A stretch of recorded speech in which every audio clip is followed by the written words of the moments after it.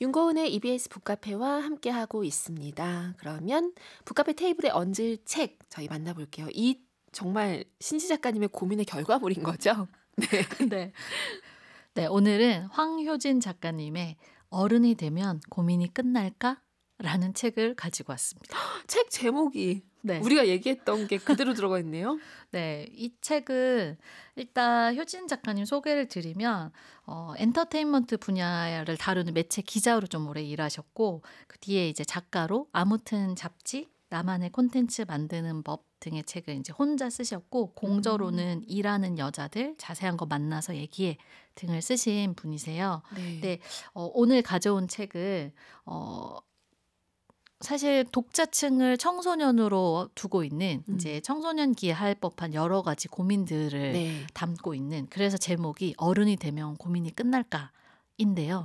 사실 어른이 읽어도 저는 이게 되게 좋은 책이라고 생각하는 게 여기 나오는 모든 고민을 지금 우리 어른이 된 사람들도 다 하고 있다고 사실 생각을 해요. 그래서 네. 이 프롤로그에서 되게 좋았던 부분 중에 하나가 미성숙했던 청소년이 성숙해서 완성형의 어른이 되는 게 아닌 거죠. 우리 모두는 수많은 시행착오를 통해 자신이 가진 문제를 해결해 보려고 고군분투하고 있다.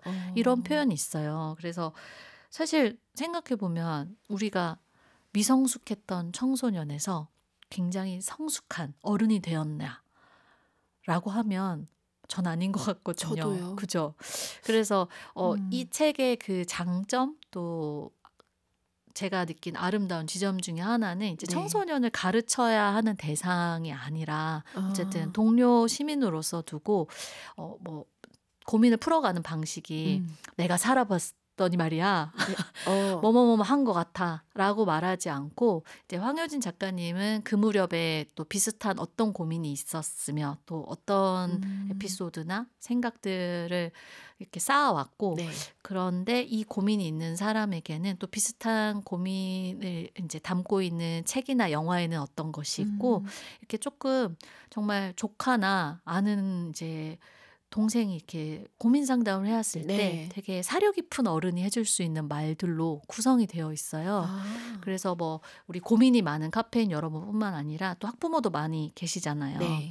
앞으로 자녀들이 고민 상담을 해온다면 내가 뭐라고 해줘야 되지? 하고 막막한 분들도 많으실 것 같아요. 그렇죠. 뭐 친구들이 날 안 좋아하는 것 같아. 혹은 나는 재능이 없는 것 같은데 하고 싶은 것도 없고 라는 고민을 말해왔을 때 내가 그래도 명색이 어른인데 뭐라고 얘기해 줄 수 있을까? 이런 고민을 한 번이라도 해보신 적 있으시다면 이 책 굉장히 또 유용하게 읽으실 것 같아요. 하긴 고민 상담을 해줄 때 그 사람의 내공이 또 드러나기도 하잖아요. 맞아요. 내 속이 털리기도 하는 네. 느낌인데 배워야 되는 것 같아요. 이런 책으로 미리 맞아요. 좀 보는 것도 중요할 것 같아요. 그래서 저도 작가님도 그러실 것 같아요. 왜 북토크나 강연 같은 거 하셨을 때 이렇게 네. 거기서 현장 질문을 받잖아요. 아, 근데 가끔씩 말문이 턱턱 막힐 때가 있거든요. 저런 고민을 왜 저에게 내가 해줄 수 있는 답 그 정도가 아닌 것 같은 맞아요. 질문도 그리고 하시는 경우 있죠. 또 한 사람이 이 많은 사람들 앞에서 좀 내밀한 이야기를 털어놓았을 때 내가 그래도 도움되는 혹은 위로가 되는 한마디를 전해드려야 될 텐데 그런 것 때문에 되게 진짜 어렵죠. 네, 어려울 때도 많고, 그래서 저도 이런 일단 고민 상담 관련해서 이렇게 네.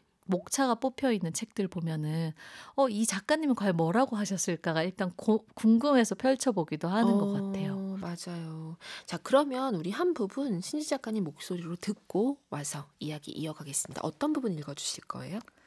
뭐 청소년기든 지금이든 좀 유구한 고민이 아닐까 싶어요. 나는 재능이 없는 것 같은데 혹은 내 재능이 뭔지 알고 싶어 하는 분들께 들려드리고 싶은 이야기를 가져와 봤습니다. 네, 낭독 부탁드릴게요.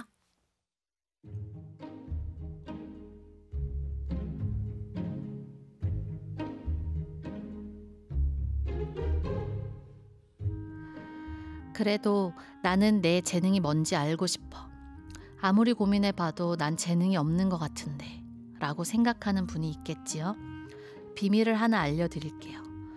무언가를 좋아하는 마음 역시 재능이 될 수 있답니다. 좋아하는 것을 발견하고 거기에 몰입하고 그것을 좋아한다고 크게 말하는 일은 의외로 쉽지 않거든요. 영화 썸머 필름을 타고의 맨발은 시대극을 좋아하는 일본의 고등학생입니다. 그러나 사무라이를 주인공으로 한 맨발의 시나리오는 같은 영화 동아리 친구들에게 인기를 얻지 못하고 영화화되지 못할 위기에 처하죠. 맨발은 자신이 좋아하는 이야기를 영화로 만들어내겠다는 의지를 꺾지 않습니다. 몇몇 친구와 힘을 모아 우당탕탕 함께 영화를 만들기 시작해요. 맨발의 시나리오가 아주 뛰어나서가 아니라 그의 좋아하는 마음이 친구들을 움직인 거예요. 비밀이 하나 더 있습니다. 재능은 창작이나 학문, 기술의 영역에만 존재하는 게 아니에요. 누군가의 재능이 꼭 글쓰기나 피아노 연주, 어려운 수학 문제 풀기 등에만 있는 건 아니라는 의미입니다. 예를 들어 제 친구 중 한 명은 다른 친구들이 했던 이야기를 잘 듣고 잘 기억해 두고는 해요. 저는 그 친구를 가리켜 우정에 재능이 있는 사람이라고 말합니다. 사랑에 재능이 있거나 다정함에 재능이 있는 사람도 있겠죠. 더 좋은 건 그런 재능 역시 노력을 통해 더 나아질 수 있다는 거예요. 너무 많이 슬퍼서 SNS에 슬펐다는 글을 남긴 어느 날 저는 지인으로부터 편지 한 통을 받았습니다. 거기에는 종종 견딜 수 있을 만큼만 슬프길 바랄게요 라는 문장이 쓰여 있었어요. 그는 빛나는 다정함을 가진 사람이었어요. 예전 같으면 그런 다정함은 타고난 것이라고 100% 확률로 재능이라고 여겼을 거예요. 하지만 편지를 읽고 또 읽는 동안 그가 얼마나 많은 사람을 위로하는 연습을 성실히 해왔는지, 그러면서도 함부로 위로하지 않는 태도를 고민하며 적절한 다정함을 발휘하기 위해 노력해왔는지 깨닫게 되었습니다. 편지에는 제가 다른 사람들의 반짝임을 잘 발견해주는 사람이라는 칭찬도 담겨 있었어요. 저는 그 칭찬을 이렇게 해석했습니다. 너는 재능을 타고난 것처럼 보이는 누군가의 모습 뒤에 숨겨진 노력의 시간을 볼 줄 아는 사람이야. 그게 너의 진짜 재능이지. 어깨가 으쓱해졌어요. 재능이 없거나 부족하다는 생각으로 작아질 때마다 이 말을 기억하려고요. 이건 제가 얼마든지 갈고 닦을 수 있는 재능이니까요.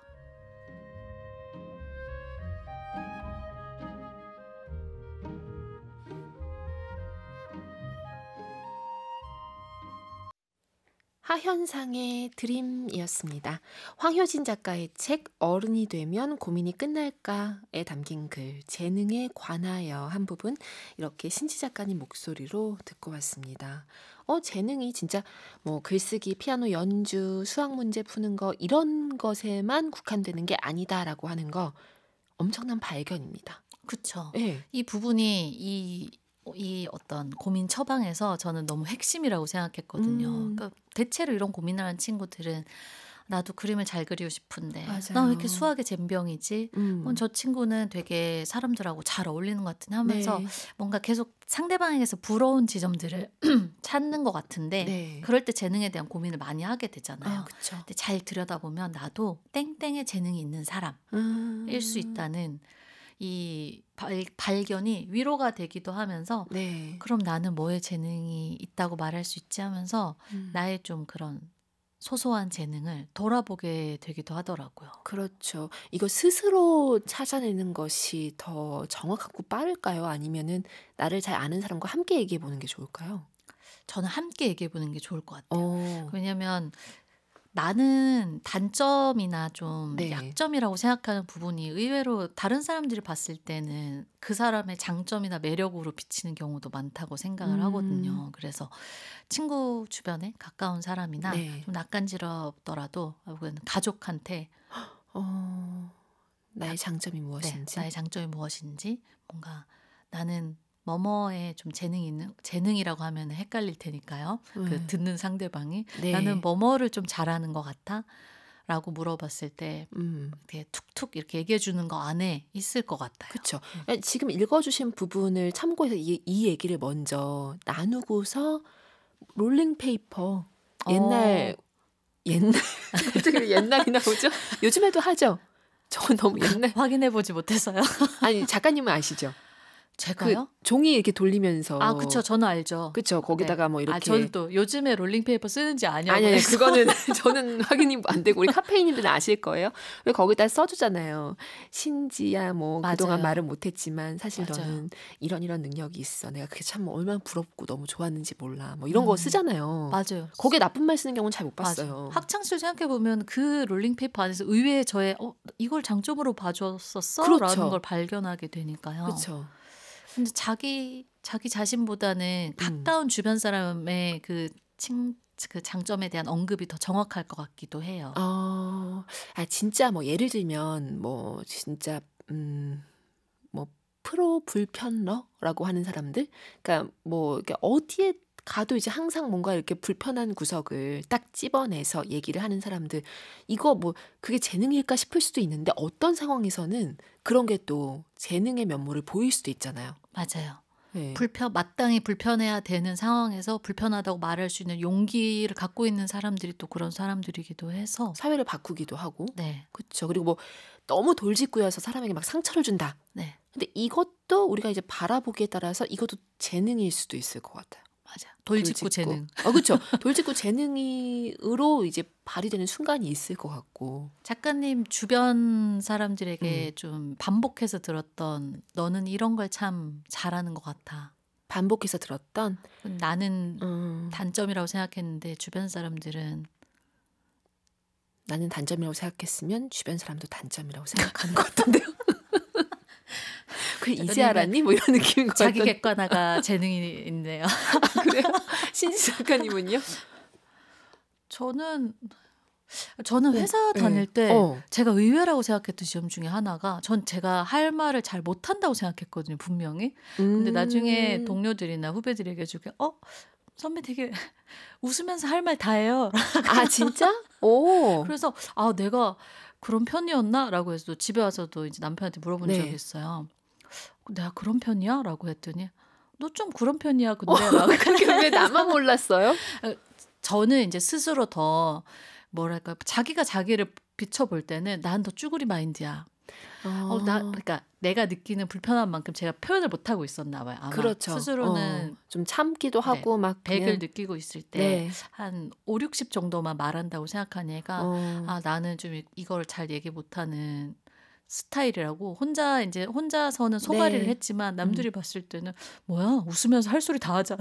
근데 그거 진짜 엄청난 능력 아니에요? 웃으면서 할 소리 다 하는 거. 이거 그러니까 주변 분위기를 어렵지 않게 만들면서 내 얘기를 당사자 얘기는 들어보지 못하기 때문에 그 사람 입장에서는 저걸 막 이렇게 모르죠. 지금 또 방송 듣고 계시다면 사연 주세요. 신지 작가님께 사연 주시면 전달해 드리도록 하겠습니다. 자, 그러면 우리 다른 에피소드도 하나 더 만나보겠습니다. 이번엔 어떤 재능 얘기가 아니겠죠. 이번엔 어떤 고민에 대한 또 답이 나올지. 이번에도 아마 우리 지금 듣고 계신 카페인 여러분들이 모두 한 번쯤 해봤을 법한 고민 가져왔습니다. 우리가 모두 한 번쯤 해봤을 법한 고민? 네. 만약에 들었는데 나 이런 고민 안 했는데 그것도 고민이에요. 할 수도 있잖아요. 일단 호언장담 해보겠습니다. 호언장담 따라가 볼게요. 낭독 듣고 오겠습니다.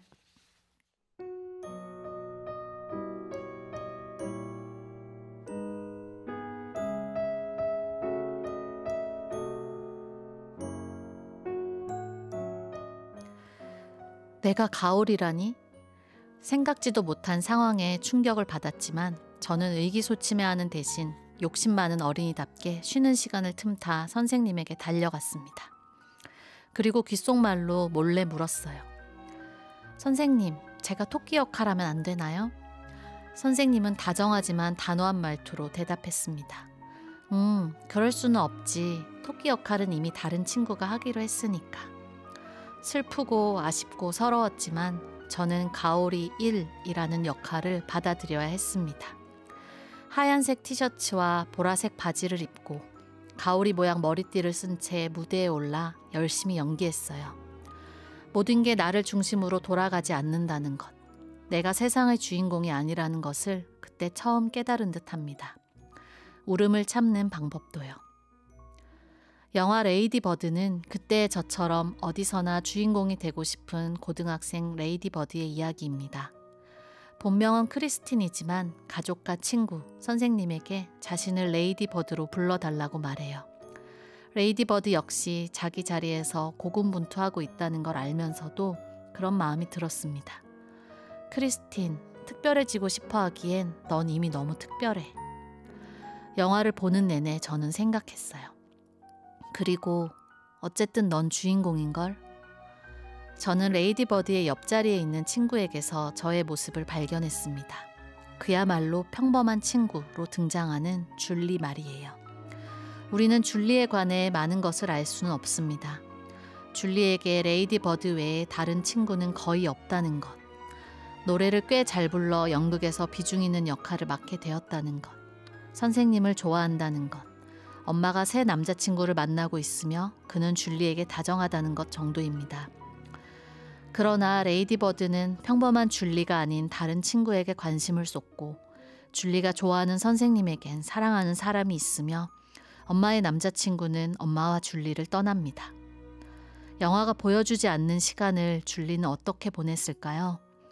영화를 보다 보면 원하는 것을 크게 소리내어 말하지 못하고 학교에서 남들 눈에 띌 정도로 잘하는 건 없고 주변에 친구가 많지 않은 평범한 줄리의 매일매일을 계속 상상하게 돼요.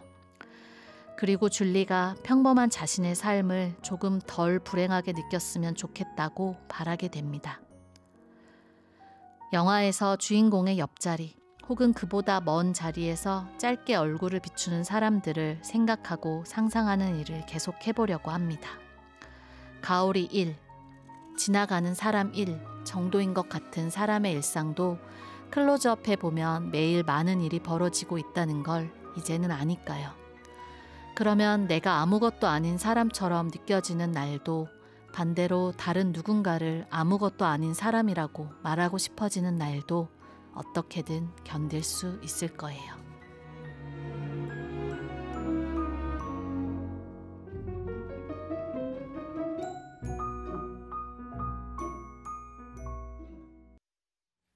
아이유의 아이와 나의 바다 들려드렸습니다. 황효진 작가의 책 어른이 되면 고민이 끝날까에 수록된 글 지나가는 사람 1의 기분 이렇게 또 만나봤습니다. 신지 작가님이 왜 호언장담 하셨는지 알 것 같아요. 이런 고민은 정말 본능적으로 해봤겠죠. 모두가. 그쵸. 여기 등장하는 에피소드가 이제 별주부전 이 연극을 하게 됐을 때 네. 당연히 내가 토끼거나 이랬을 거라고 생각하던 그 어린이가 선생님이 효진인 가오리 1 이라고 했을 때 최초의 어떤 그 낙담과 깨달음이 있던 시점이잖아요. 근데 그쵸. 우리 학교 다닐 때 혹은 유치원 시절 미취학 아동일 때도 뭔가 작은 발표라도 하게 됐을 때 맞아요. 당연히 주인공은 한 명이나 두 명이니까 네. 그 다른 역할들을 모두 나누어 갖게 되잖아요. 그렇죠. 아마 이 낭독 들으시면서 비슷한 경험이 하나씩 떠오르셨을 것 같아요. 그래 그때 나 뭐뭐였지. 내가 땡땡일 줄 알았는데 난 나무 분장을 하고 있었어 라거나 그냥 서 있으면 되는 거였어. 맞아요. 뭐 이런 그런 거. 역할도 있었을 거예요. 막 가로등, 나무, 이렇게 덤불 뭐 이런 거에 이렇게 그렇죠. 뒤집어 쓰고 있는. 이렇게 생각해 보면 진짜 연극 무대라고 하는 것이 와 진짜 우리를 초라하게 만들기도 하네 싶잖아요. 그렇죠. 그리고 어떻게 보면 인생에 대한 선행학습 아니었을까요? 맞아요. 모두가 주인공이 될 수는 없어. 어떤 장면에서는 누군가가 주인공이고 나는 그치. 조연의 역할인 장면들도 살아가면서 많을 거야. 네. 그거를 너무 혹독하게 어렸을 때 가르쳐 주나요? 근데 그래서 그런 경험을 떠올리셨으면 아마 맞아. 그 제목도 지나가는 사람 1의 기분이에요.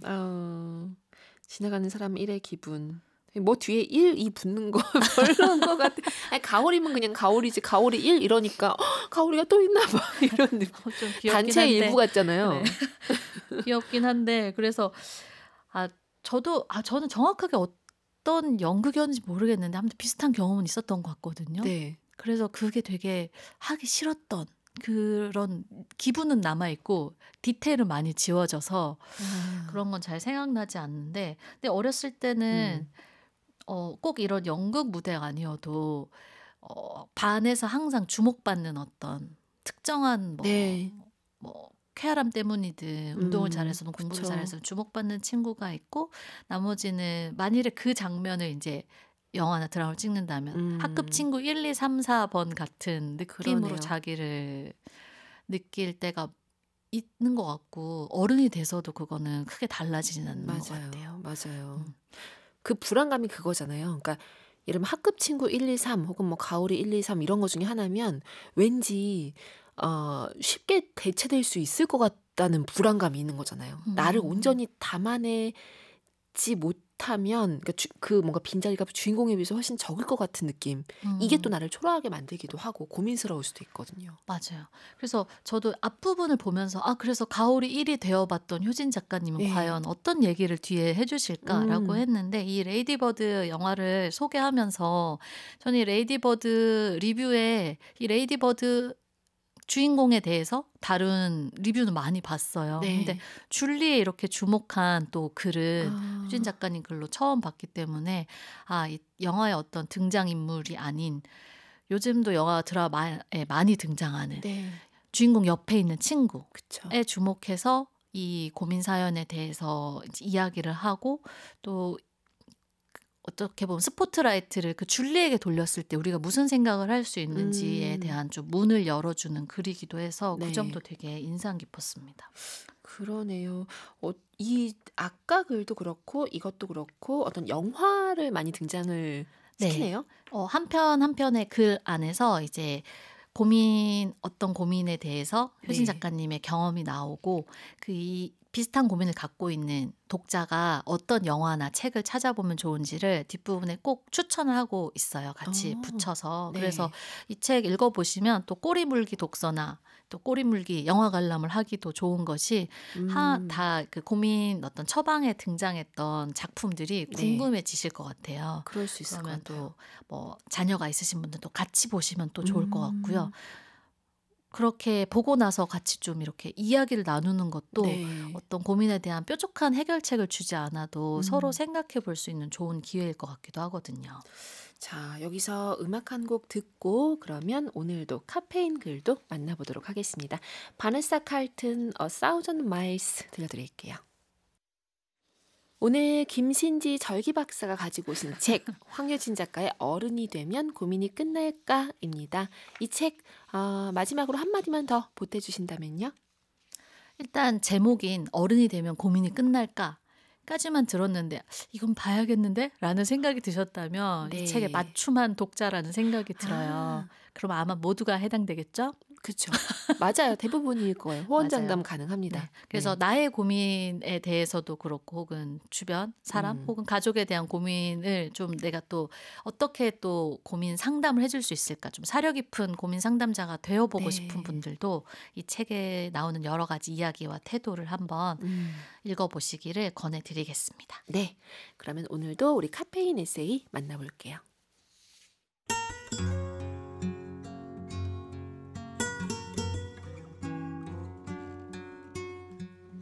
무라카미 하루키 극복하기 조영심.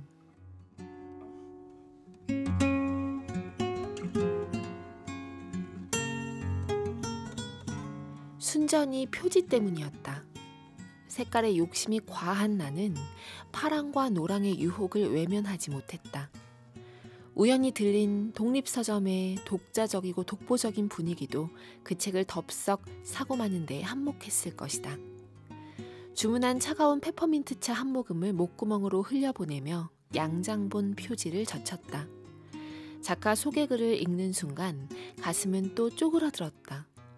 이렇게 유명한 몇백 작품을 출간한 작가의 책을 단 한 권도 읽어보지 못했다는 것이 언제나 내 발목을 잡았다. 그 사실이 발각이라도 되는 날엔 책과는 담을 쌓은 빈 깡통이라는 오해를 살게 뻔했기 때문이다. 그런데 정말 그건 치명적인 오해다. 책을 얼마나 자주 많이 읽느냐 여부로 괜찮은 사람 혹은 그렇지 않은 사람으로 나누는 기준을 들이대는 나로서는 오히려 그 기준 때문에 하루아침에 무식한 사람으로 전락될 위기에 서 있다는 것이 언제나 찝찝했다. 무라카미 하루키의 책은 단 한 권도 읽어보지 못했어요 라는 말을 할 용기가 내겐 없었고 그것만으로 내가 책과는 담쌓은 사람으로 낙인 찍히기엔 너무 억울했다. 하루키의 소설에 입문하지 않은 사실 때문에 행여 나라는 존재 자체가 폄하되는 것은 더더욱 견디기 힘들었다. 하루키의 소설은 읽혀지지 않았다.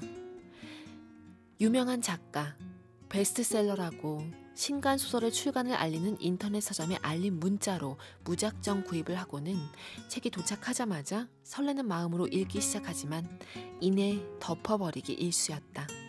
언제나 그랬다. 해질녘의 풍경을 묘사해 놓은 내용 이후가 더 이상 궁금하지가 않았다. 어떤 서사가 펼쳐질지에 대한 호기심이 생기지 않았다. 이번에도 역시 2장을 채 넘기기도 전에 책을 덮고 서점을 나섰다. 임팩트 없는 도입을 탓하면서. 도시와 그 단단한 벽? 단단한이 아닌 것 같은데. 방금 구입한 책의 제목조차 기억이 나지 않는 걸 보면 어쩌면 하루키의 소설은 내게 단단한 벽일지도 모른다는 생각이 들었다.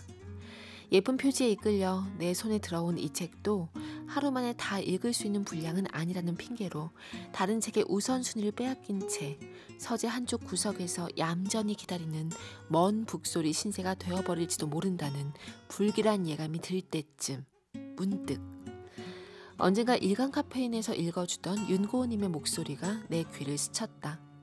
출장 가던 차 안에서 고은님의 낭독을 따라가며 소리로 만들어가던 도서관이 떠올랐다. 주인공이 어떤 도시로 갔고 아무도 없는 도서관 안으로 들어가던 발을 디딜 때마다 삼나무 바닥이 날카로운 소리를 낼 때 숨죽여 긴장했던 도서관에 책이 하나도 보이지 않는 것이 의아했고 책이 없는 도서관에서는 과연 어떤 일이 일어날지 궁금했었다.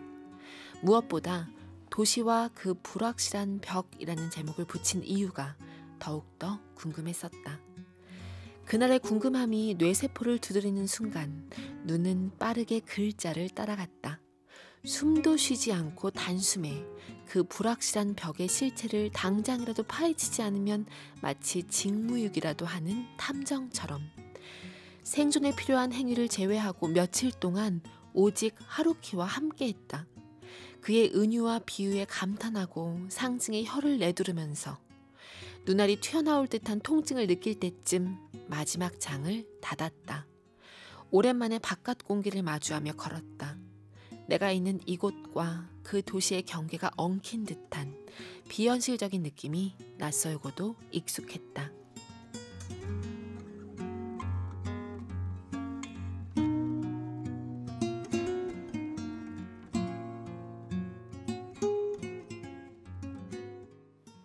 네, 오늘 카페인 조영심님의 글이었습니다. 어떻게 들으셨나요? 역시 북카페다라는 생각을 하면서 북카페가 좋은 역할을 했어요. 그렇죠? 그러니까요. 야. 읽히지 않던 책을 만나서 좀 벽에 부딪힌 것 같았을 때 네. 근데 너무 뭔지 알 것 같은 거예요. 고은 작가님의 그 낭독으로 네. 갑자기 그 책에 다시 호기심이 생기고 그 장면이 생생하게 그려지는 그런 경험들 많이들 하셨을 것 같고. 근데 이게 호기심을 품을 수는 있을 것 같은데 그랬는데 책을 다시 펼쳤는데 지금 2장을 채 못 넘길 정도로 나랑 정말 안 맞는 작가였던 거잖아요. 지금 조영심님께 그쵸. 무라카미 하루키는 그럴 수도 있잖아요. 취향이 안 맞는 맞아요. 작가가 있을 수 있죠. 그리고 그 작가가 심지어 유명할 수도 있고 그 작가가 노벨 문학상 수상자일 수도 있는 거죠. 그런데 이게 다시 이렇게 호기심을 품고 넘기니까 읽힌다는 거 아니죠? 좀 과하게 읽으셨는데요. 눈알이 튀어나올 듯한 통증을 느낄 때쯤 마지막 장을 이렇게 닫을 정도로 읽으셨다는 게 이게 가능한가요? 이게 책의 힘인가 봐요, 이게. 그리고 저는 이 책을 만나는 때가 좀 있는 것 같아요.